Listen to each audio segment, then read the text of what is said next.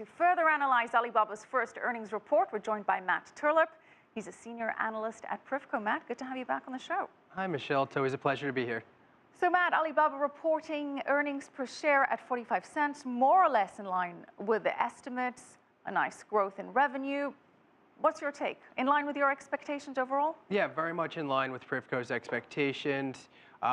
Really, with the hype and the history of that IPO came high expectations for this first earnings report, and I think Alibaba really exceeded them, with the exception of earnings per share. But if you look at their revenue growth, what they did in mobile with 1,000% year-over-year growth there, and 49% GMV increase, merchandise value. Well, let's talk about GMV, gross merchandise volume. A 49% increase, that's a pretty big increase. Does this give you hope that Alibaba has nowhere near saturated the market?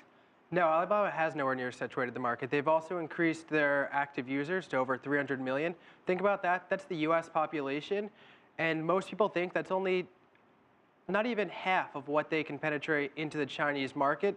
So there's incredible upside still in the markets that are untapped for Alibaba.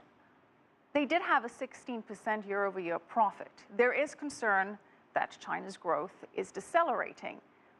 Is this something that you think they can sustain?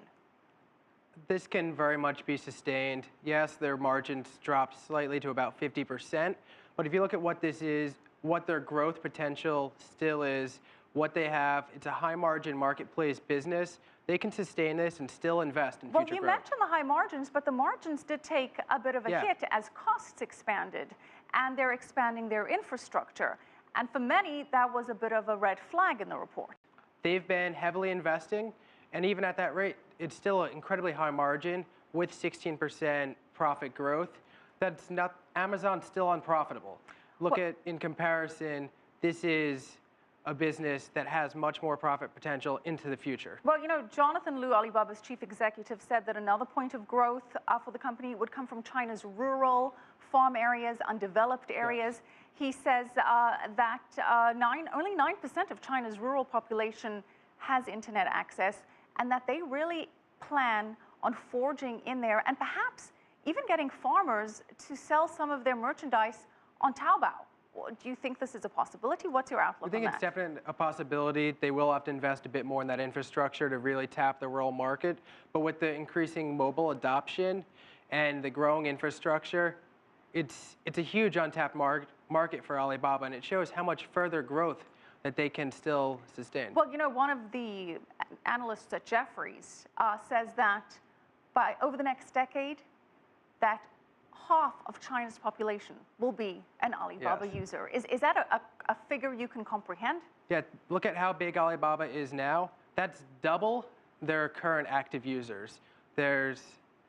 It's tremendous. It really is tremendous. So not such a stretch. Now, the two big growth drivers, Taobao and Tmall, the consensus is that Tmall is going to be driving more of Alibaba's future growth. They both grew at about 10% this year, but given the increasing wealth in China and the consumer demand for brand name goods, Tmall likely will be a long-term driver, but in the short term, it will be growth in Taobao. Now we mentioned mobile revenue and how much that accounted, 22% of total revenues, and it was more than 10 times higher than last year. But there is concern that Tencent could be encroaching on Alibaba's terrain. They do have that very popular messaging app, WeChat, and they have partnered up with JD.com to channel that into selling consumer goods. Should Alibaba be watching out for Tencent on the mobile user front? I think it's something Alibaba is aware of, and it's part of the reason that they are investing in other applications like TangoMe in the US, which is in a way similar to WeChat, and they're just building the overall ecosystem and trying to build this mobile growth. They invested heavily over the last quarter in their marketing, and that was one of the increased expenses that brought down margin. That's to fight off this competition that they're facing right now. Matt, anything in the earnings report that you didn't like, that struck you as a red flag? No, even with the decreasing margins, it's still tremendous for a fast-growing tech, almost startup at this point, but it's a startup that's more valuable than Walmart.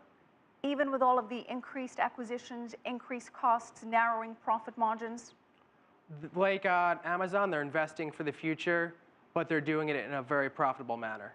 Okay, so with the share closing up at $106, are you comfortable with that valuation based on the earnings report? At this point, it has exceeded Privco's fair value at the IPO, but with the growth that came out in this report, we're comfortable with the current earnings report. Well, one thing that everybody's been talking about is a potential partnership with Apple.